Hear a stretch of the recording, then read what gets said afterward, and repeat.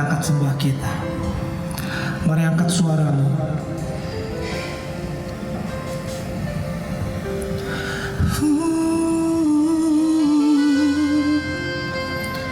Hanya Kau Tuhan,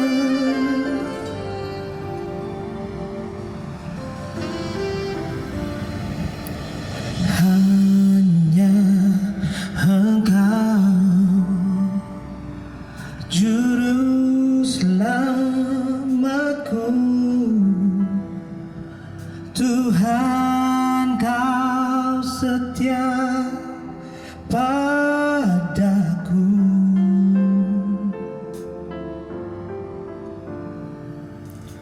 Yang ku pegang hanya janji-Mu.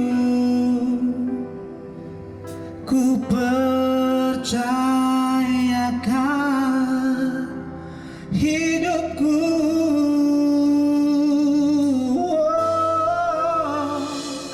Ku sembah Kau Allahku,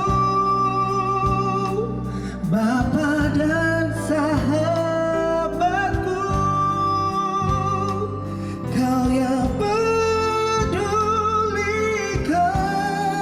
seluruh hidupku.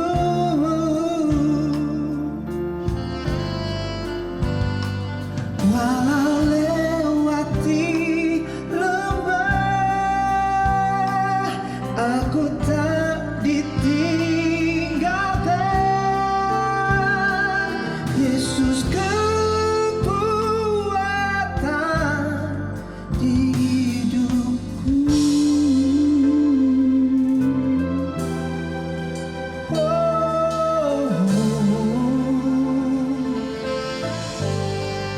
Mari bersama katakan, hanya Engkau Juru selamatku. Tuhan, Kau setia padaku.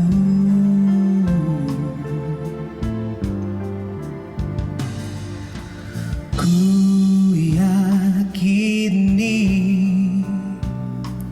pertolongan-Mu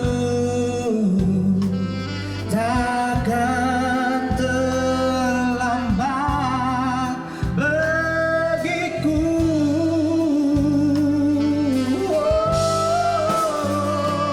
Ku sembah Kau Allahku, Bapa dan sahabatku. Kau yang pedulikan seluruh hidupku.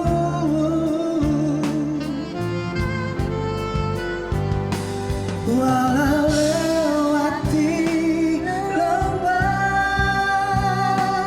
aku tak ditinggalkan. Yesus kekuatan di hidupku.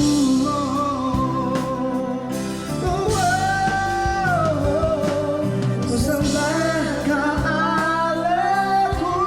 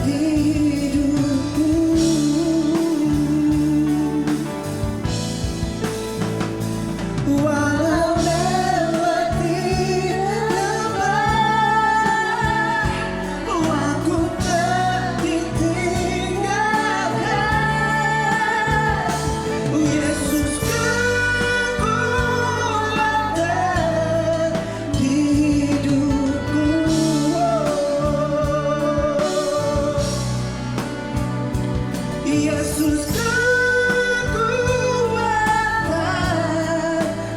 hidupku.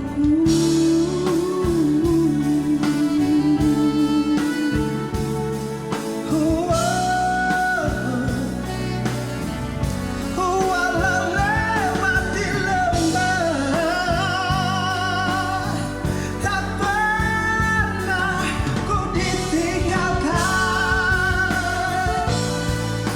Yesus kau sumber kuatku.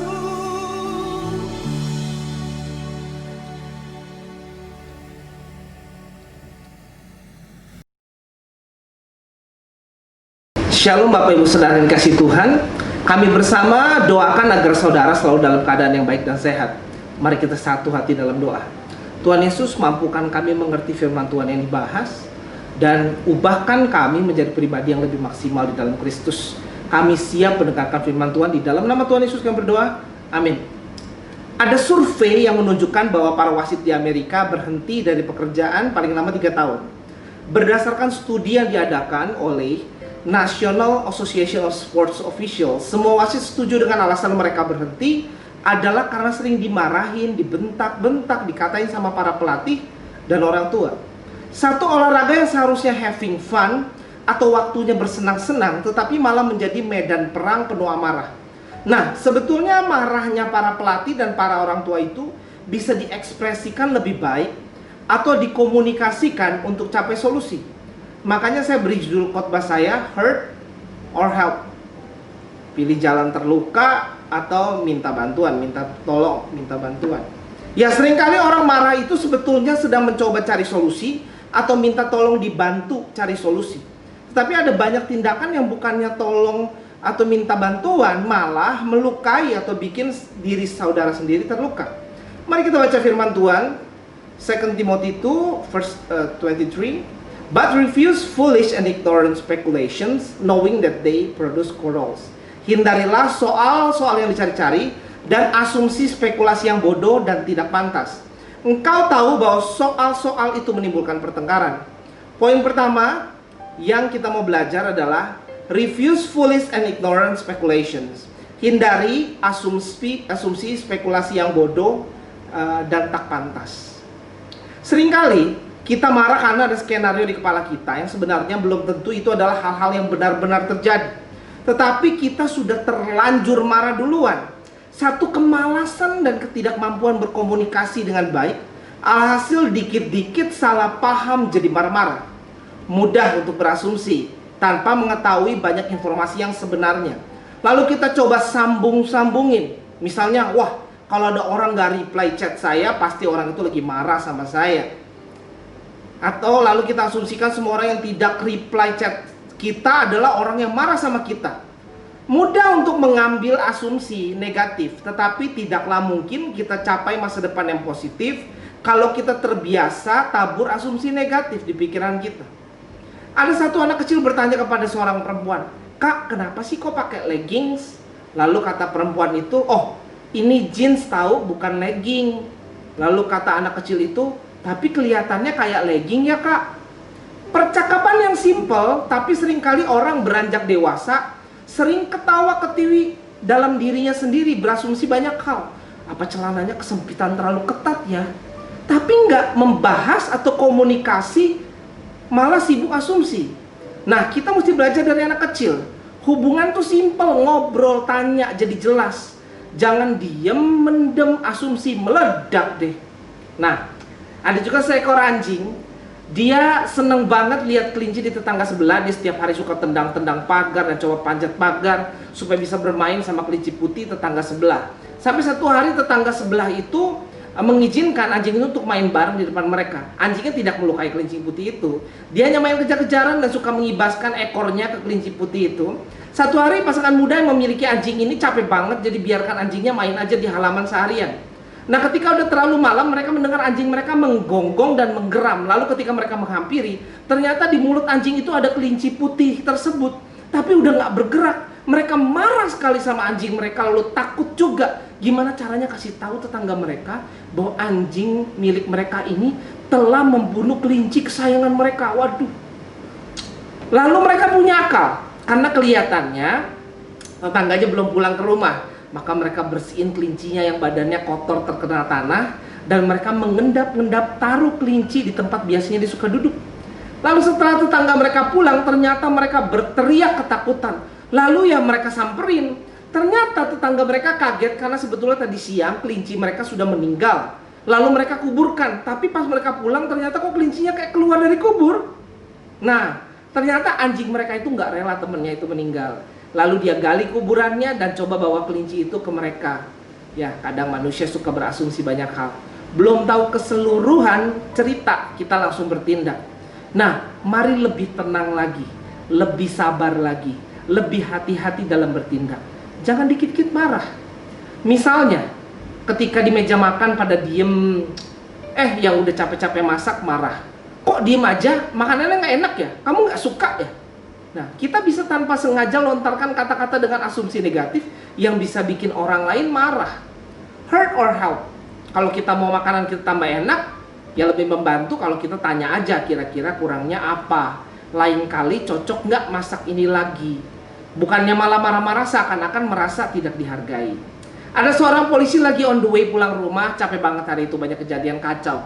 Nah, udah deket rumah ada mobil yang deket-deket mepet, hampir menabrak mobil si polisi. Lalu mereka berteriak, "Babi!" Nah, polisi itu udah capek seharian, jadi langsung marah, menginjak rem, lalu belok kejar mobil itu. Ternyata sambil dia membelokkan mobilnya, dia dihalangi oleh babi yang gede banget di tengah jalan. Dia kaget, beneran ada babi loh. Nah, ini kita sering kali dikit-dikit emosi karena asumsi negatif. Pasti nih, mereka ngatain saya babi, padahal memang ada babi ganggu jalanan atau di tengah jalan. Seakan-akan semua orang lain lakukan pasti lagi jahatin saudara. Padahal mungkin harimu lagi kacau, tetapi belum tentu yang di depanmu sekarang kacau. Mungkin masa lalumu banyak yang suka mengecewakan, tetapi orang di depanmu belum tentu lagi cari masalah. Keadaan di depanmu tidak bisa disamaratakan dengan masa lalumu. Jangan asumsi negatif. Mungkin benar ada babi. Kita marah karena kita menganggap diri kita tahu segalanya, dan kita jadi seperti menghakimi. Padahal 1 Korintus 2 ayat 11 bilang, siapa gerangan di antara manusia yang tahu apa yang terdapat di dalam diri manusia? The purpose in a man's heart is like a deep water. Rancangan di dalam hati manusia seperti air yang dalam. Kita nggak usah kebanyakan menganalisa orang seakan kita Tuhan yang tahu segalanya. Yang kita perlu perbaiki adalah diri kita sendiri, respon kita. Bukannya sibuk coba mengatur hal-hal yang di luar dari diri kita. Jangan sampai kita marah-marah cuman karena dugaan, asumsi, analisa. Sayang sekali kita kehilangan hubungan atau kehilangan sesuatu yang berharga hanya karena kita sibuk asumsi negatif. Ikutilah teladan Kristus, bukan sebatas asumsi. Benar, kita salah, kita buat dosa, tetapi Tuhan datang ke dunia untuk tebus dosa kita. Walau ternyata negatif pun, Dia Tuhan yang buat segala hal yang negatif jadi positif. Dia bukan Tuhan yang sibuk asumsi, wah orang ini jangan-jangan buat salah, wah jangan-jangan orang ini jahat, wah dia udah beda ya sekarang, dulu sih deket, dulu sih temen, dulu sih baik orangnya.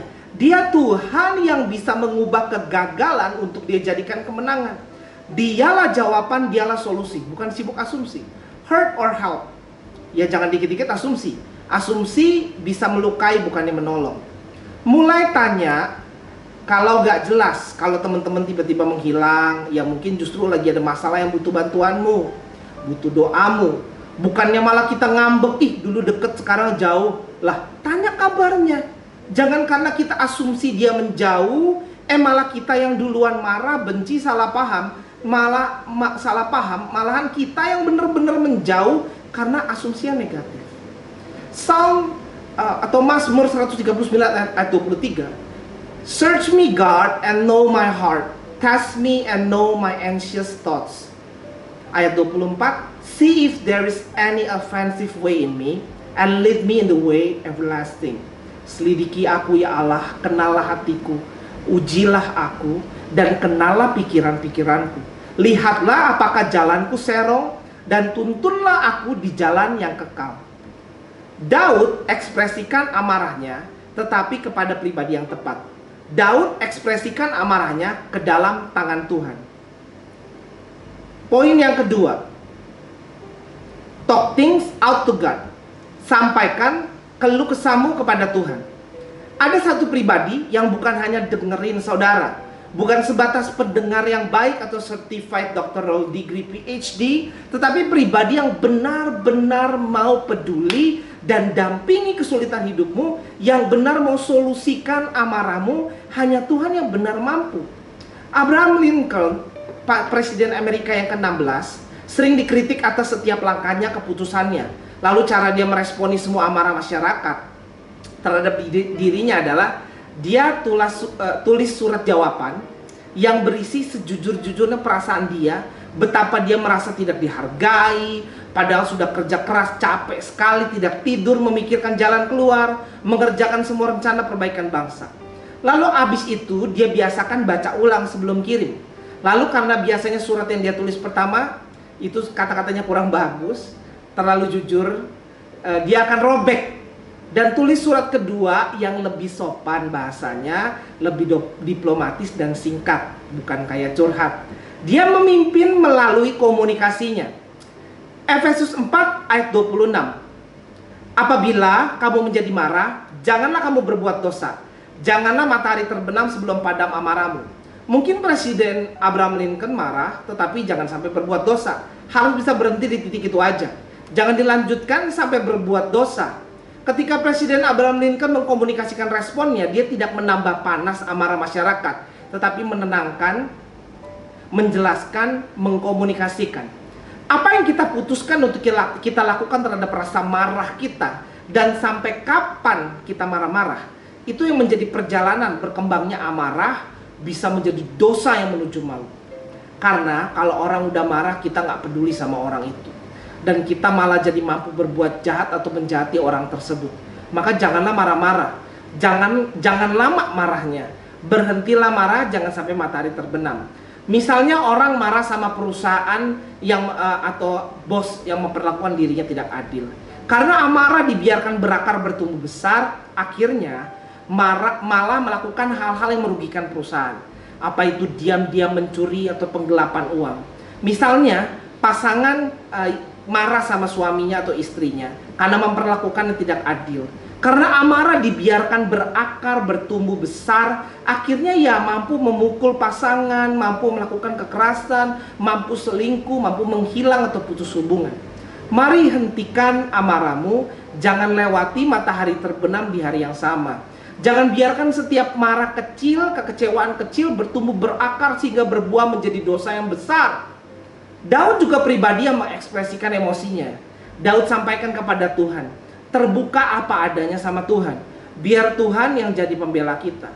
Daud tetap berusaha mengekspresikan baik ketika komunikasi kepada orang lain, kepada manusia ciptaan Tuhan, kesayangannya Tuhan. Kalau Daud berasa, Tuhan kok gak tolong saya? Kalau Daud merasa terluka, marah, bingung, kok serasa Tuhan meninggalkan saya? Nah, tapi Daud itu sampaikan to the right person. Talk things out to God. Doa sama Tuhan. Mari usahakan hidup baik, lalu doa. Tuhan selidikilah dan ujilah hatiku dan pikiranku. Apakah salah, apakah negatif, apakah serong jalanku. Minta Tuhan tuntun, minta Tuhan mampukan supaya pikiranmu baik, supaya kamu gak berasumsi negatif, supaya kamu gak marah-marah. Jangan hanya sibuk curhat sama teman, tetapi kita bisa bawa ganjalan di hatimu, ketidaksetujuanmu, kekesalan hatimu, sampaikan kepada Tuhan, bawa dalam doa. Karena kita mau dituntun kepada kekekalan. Marah hanya akan berujung dilenyapkan. Firman Tuhan di Mazmur 37 ayat 8-9, berhentilah marah dan tinggalkanlah panas hati itu. Jangan marah, itu hanya membawa kepada kejahatan. Sebab orang-orang yang berbuat jahat akan dilenyapkan.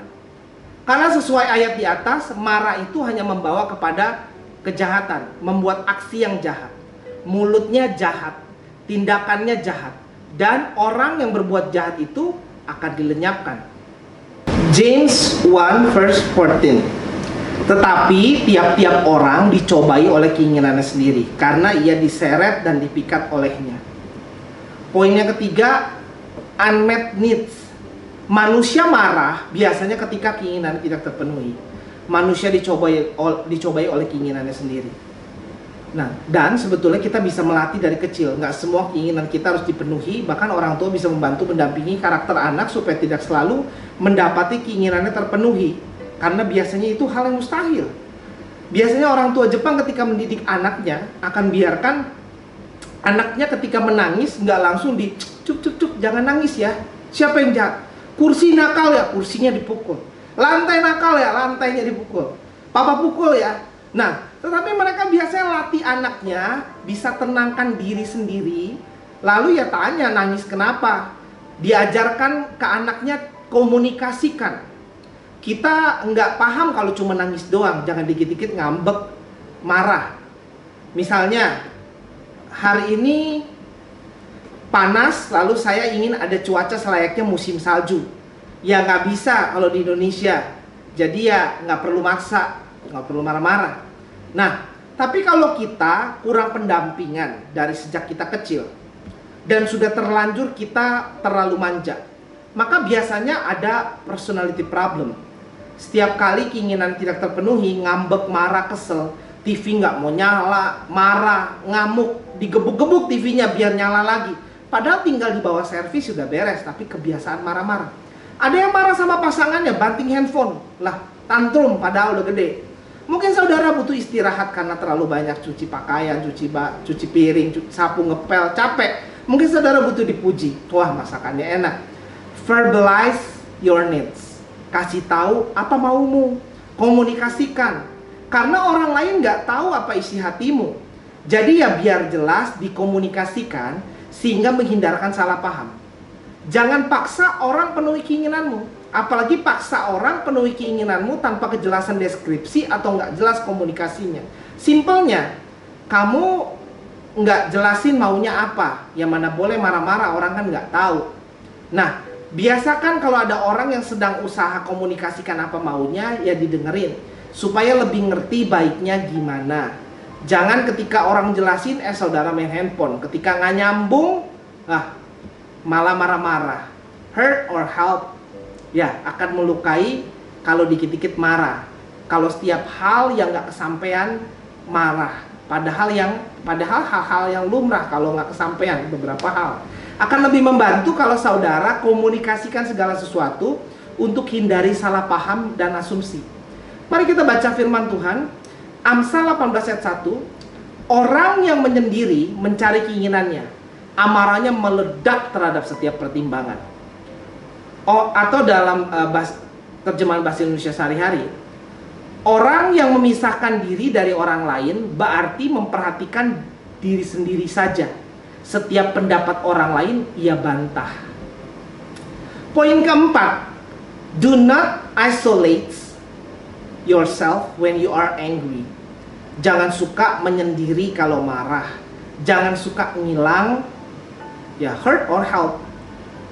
Melukai diri sendiri, pilihannya kalau apa? Lebih membantu kalau kamu pilih jalan yang mana?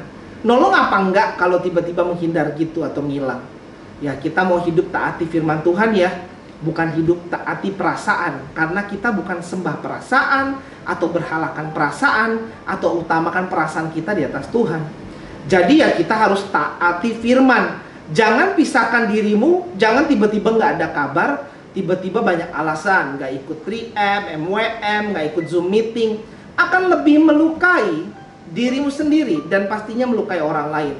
Karena hurted people, hurt people. Orang yang terluka akan melukai orang lain. Jadi ya baiknya berkomunitas ilahi, punya teman-teman yang sama-sama mengejar kemaksimalan di dalam Kristus. Maka akan dewasa rohani, nggak kayak baby yang dikit-dikit ngambek, marah, ngilang, kabur. Mari join, kita ada kubu doa bersama. Dan kita juga ada ibadah wanita bijak dan ibadah pria sejati di setiap Kamis malam.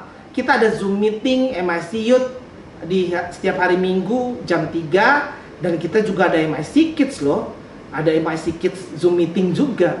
Ajak keponakannya, temannya, mulai jadi berkat satu sama lain. Mulai belajar satu sama lain. Jangan menyendiri, malah amarahnya suka meledak.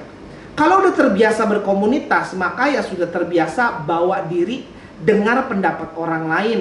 Nggak dikit-dikit argumen atau bantah pendapat orang lain. Karena ya lebih bisa menghargai pendapat orang. Ya, seringkali orang marah itu sebetulnya sedang mencoba cari solusi atau minta tolong dibantu cari solusi.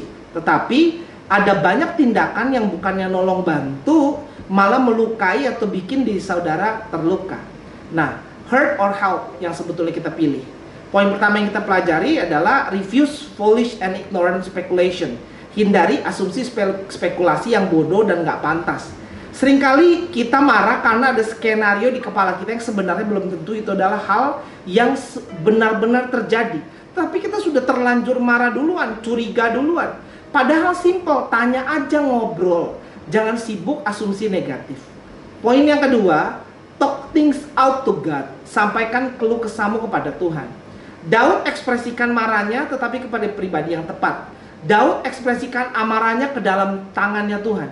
Ada satu pribadi yang bukan hanya dengerin saudara, bukan sebatas pendengar yang baik atau certified doctoral degree PhD, tetapi pribadi yang benar mau peduli dan dampingi kesulitan hidupmu, yang benar mau dan mampu solusikan amarahmu.